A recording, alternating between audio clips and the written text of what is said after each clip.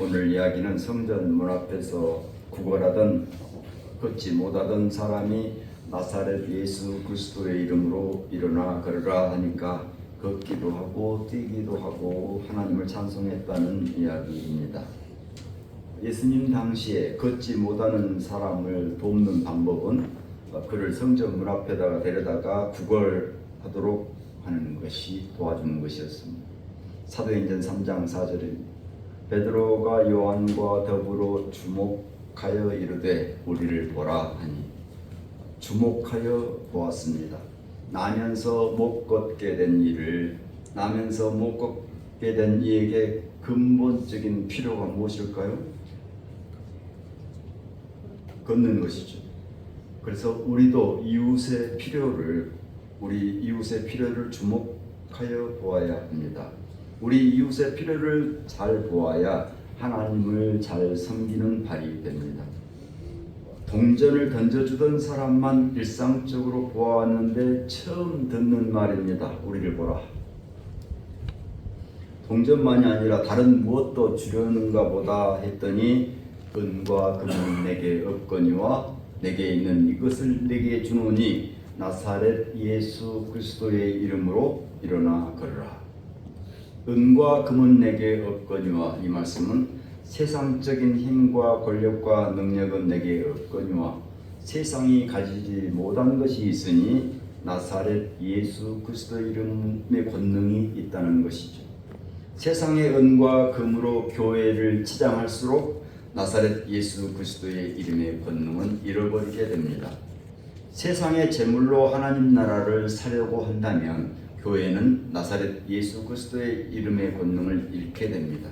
그래서 오늘 말씀을 세 부분으로 나누어 듣겠습니다. 하나는 나사렛의 이름으로, 예수의 이름으로, 그다음에 그리스도의 이름으로. 이 예수님이 행하신 일을 구분해서 우리는 우리 주님의 삼중직이라고 부릅니다. 그 삼중직이 뭐냐면 선지자로서 하신 일, 왕으로서 하신 일, 제사장으로서 하신 일을 삼중직, 예수님의 삼중직이라고 합니다. 그랬을 때 이 선지자로서 하신 일은 나사렛의 이름으로, 왕으로서 하신 일은 예수의 이름으로, 그리고 제사장으로서 하신 일은 그리스도의 이름으로 일어나 걸으라고 하는 말씀을 오늘 듣게 됩니다. 먼저 우리는 나사렛의 이름으로, 이것은 선지자의 이름으로 일어나 걸어야 되겠습니다.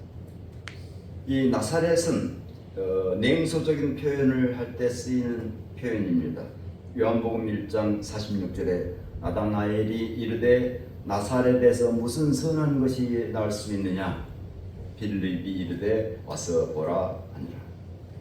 이 나사렛은 또 미워서 밀어뜨리려고 한 그 절벽이 있는 동네로서 냉대받는 대명사입니다. 누가복음 4장 29절에 일어나 동네 밖으로 쫓아내서 그 동네가 건설된 산 낭떠러지까지 끌고 가서 밀쳐 떨어뜨리고자 하되 그랬습니다. 세 번째 나사렛은 주님을 배척한 동네입니다. 무시받는 이름이죠.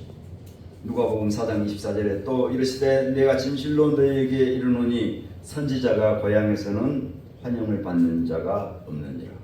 이처럼 나사렛은 냉소, 냉대, 무시받는 대명사라고 할 수 있겠습니다. 그러므로 이 선지자를 애언자라고도 하고요. 이 애언자를 하나님의 말씀을 대언한다고 해서 대언자라고도 합니다. 하나님의 말씀을 전하는 사람입니다. 이 하나님의 말씀을 전하는 사람이 때로는 냉소를 받고 냉대를 받고 무시받기도 한다는 말씀이죠. 나사렛에서 무슨 선한 것이 날 수 있느냐 냉소하고 낭떠러지까지 끌고 가서 밀쳐 떨어뜨리려고 냉대하고 고향에서는 환영을 받는 자가 없다고 무시받는 것이었습니다. 오늘날 나사렛 사람은 바로 나입니다. 그래서 나사렛 세상에서 냉소와 냉대와 무시를 받는다 하여도 주님의 말씀을 우리 입으로 전하고 몸으로 전해야 하겠습니다. 말씀을 전하는 데는 두 가지 요소가 필요합니다. 하나는 나의 노력과 하나는 하나님의 허락입니다. 어떤 일이 내 노력만으로 불가능하겠지만 하나님께서 허락하시면 할 수 있습니다. 마음의 경영은 사람에게 있어도 말의 응답은 주께로부터 나옵니다. 하나님이 닫으시면 열 자가 없고 하나님이 여시면 닫을 자가 없습니다. 내가 애쓴다 할지라도 하나님의 허락 아니고서는 안 됩니다. 그러므로 매사에 우리 주님의 허락을 구해야 하겠습니다. 다음으로 내 노력을 해야 합니다. 그리고 잘 될 것을 믿어야 합니다. 주님의 허락을 구하고 내 노력을 다하고 그 다음에 믿어야 하는 것이 우리들의 믿음의 법칙이라고 할 수 있겠습니다. 나사렛의 이름으로 선지자의 이름으로 일어나 그러시기를 바랍니다. 두 번째, 예수의 이름으로입니다. 예수의 이름으로는 왕의 이름입니다. 왕의 이름으로 일어나 걸어야 하겠습니다. 이사야 9장 6절 말씀에 이는 한 아기가 우리에게 낳고 한 아들을 우리에게 주신 바 되었는데 그의 어깨에는 정사를 메었고 그의 이름은 기묘자라 모사라 전능하신 하나님이라 영존하시는 아버지라 평강의 왕이라 할 것임이라. 예수 이 왕은 평화의 왕입니다. 이 평화의 왕은 훌륭한 상담자요 전능하신 하나님이요 영존하시는 아버지라고 말씀합니다. 예수님이 왕이시면 우리도 왕위를 이어받을 자들입니다.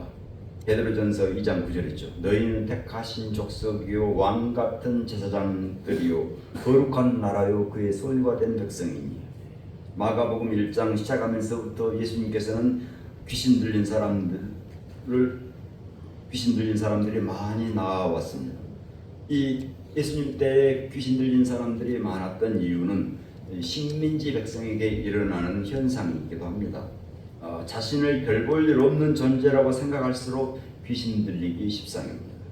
의학적인 용어로 정신분열증입니다. 왕된 백성에게는 자존감이 있습니다. 세상적인 잣대로 자신이 성공했다 실패했다고 단언해서는 안 되죠. 우리에게는 하나님의 기준이 중요합니다. 오늘 내 생활을 통해 하나님께 영광 돌려드린다면 그것은 성공. 하나님의 영광을 가린다고 하면 실패죠. 그러기에 우리는 어떤 환경에서도 자신을 영광스러운 존재로 만들어가야 합니다. 나의 영광스러운 존재됨이 하나님께 영광이요 나의 행복한 하루가 하나님께 기쁨이 되기 때문입니다. 예수의 이름으로 왕의 이름으로 일어나 걸으시기 바랍니다. 세 번째, 그리스도의 이름으로입니다. 그리스도의 이름으로는 제사장의 이름으로입니다. 그리스도는 기름 부은 자, 히브리 말로는 메시아, 이것을 한문으로는 기독, 그리스도로는 그리스도. 요한복음 4장 25절에 여자가 이르되 메시아 곧 그리스도라 하는 이가 오실 줄을 내가 아노니 그가 오시면 모든 것을 우리에게 알려주시리이다. 하나님을 예배하는 사람이 제사장이지요. 요즘에는 만인 제사장이라고 하는 신학 용어도 씁니다. 누구나 예배하는 사람은 제사장입니다. 그리스도가 오시면 모든 것을 알려주시리라고 한 말씀은 영과 진리로 예배하는 모든 것이 바로 그것입니다. 영과 진리로 예배한다는 것은 예배해야 할 하나님을 온전히 의지하는 행위를 포함합니다. 욥기서 5장 8절에 나라면 하나님을 찾겠고 내 일을 하나님께 의탁하리라. 우리는 하나님을 믿는다고 말합니다. 그런데 믿는다는 말 속에는 하나님을 다 이해할 수 없게 믿는다는 뜻이 들어있을 것입니다. 하나님을 다 이해할 수 없는 까닭은 우리와 다르기 때문입니다. 곧 우리가 하나님을 믿는다는 것은 하나님은 우리와 다르다는 것을 믿는다는 말이 됩니다. 하나님은 우리와 달리 영원 무궁하십니다. 우리는 시간과 공간이라는 틀 안에 살고 있습니다. 하나님은 시작도 없고 끝도 없습니다. 알파요 오메가요. 하나님은 우리와 달리 전지전능하십니다. 하나님을 능히 하지 못하실 일이 없습니다. 하나님은 우리와 달리 무소부재하십니다. 하나님은 어디든지 언제든지 계십니다. 그런데 왜 사람들은 이분을 의지하지 않을까요? 이유는 자기 자신을 포기하고 살든지 아니면 자기 자신이 영원 무궁하고 전지전능하고 무소부재하다고 착각하는 것은 아니든지. 하나님을 전적으로 의지하면서 영과 진리로 예배하는 그리스도의 이름으로 제사장의 이름으로 일어나 걷기를 축원합니다. 나사렛 사람으로 선지자의 이름으로 우리와 함께 하신 주님, 세상의 냉소와 냉대와 무시를 선지자의 이름으로 이겨내고 말씀과 함께 일어나 걸어가게 하옵소서. 예수의 이름으로 왕된 백성 되게 하시는 주님, 나의 영광스러운 존재됨이 하나님께 영광이요 나의 행복한 하루가 하나님께 기쁨이기를 원합니다. 그리스도의 이름으로 참된 예배자가 되게 하신 주님, 하나님을 전적으로 의지하면서 영과 진리로 예배하는 그리스도의 이름으로 제사장의 이름으로 일어나 걷게 해 주옵소서. 나사렛 예수 그리스도의 이름으로 기도하옵나이다. 아멘. 우리의 믿음을 서로 신경으로 함께 살아가겠습니다.